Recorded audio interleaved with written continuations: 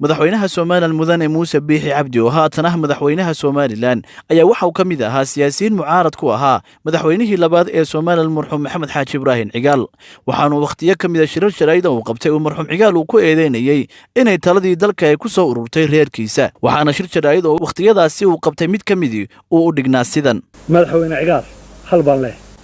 Maxamed Xaaji Ibraahin Cigaal mudane madaxweyne masjid tajriba baa tahay ma 40 sano ayay Soomaaliland tala ku muuday ma 9 sano ayaa Soomaaliland hor fadhiyay ma maanta dhufay isku raay ka qootay ma maanta taang iyo teknika u dalbatay salaadiintii adiga ku calaamad saartay ma maanta ayaa awoodii ku soo ururisay in aad ku sugnaatid daakhiliga xaakimkii sare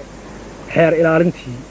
haddaba madaxweyne Muuse Biixi Cabdi ayaa telefishinka Home Cable TV uu weydiiyay su'aal u dhignayd sidan maanta waxaad xusaysaa 350 sano dugsiga anna waxaan ku xasuusiyo waxaan dhamayn 20 sano ka hor waqtiga talada dalka hayay Maxamed Xaaji Ibraahin Cigaal waxaad ku jirtay siyaasiyiinta loo jiray mucaarad waqti inta la hadashay waxaad sheegtay in madaxweynaha adoo ku tilmaamaya in 70 jir idin ku talinayo adigoo leh maxkamaddii reerkaaga haya taliyay ciidanka qaranka reerkaaga haya xeer ilaalintii reerkaaga haya bal maantaada kursiga ku fadhiya daadu waa daadiisii 70aad waa tahay bal maxaad ka xasuusataa maalmaha aad madaxweynaha arkaa ku eedeysay maanta dawladda ay ka jirto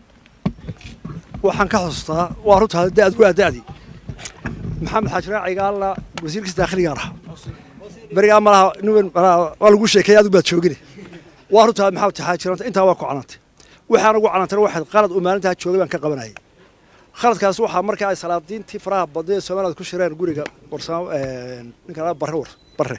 gurigiisa Suudaan barre ka warrabay oo dad aqal xumeey inta u tiriyeen la yiri ciidanka wareer taangiga la soo dhaqaajay taangiga ninkii tagay war qolay wata ku war xagee ku socotaa meel walaal maxamedna intaan ugu tagay gurigiisa ayaan intaayeen ka badan ku midiyana ka waayo waxaan ninkii ugu dhawaayay isaga qaban lahaa maanta adigu cid baa wareerada ka qabanaysa maxaad ii sheegaysaa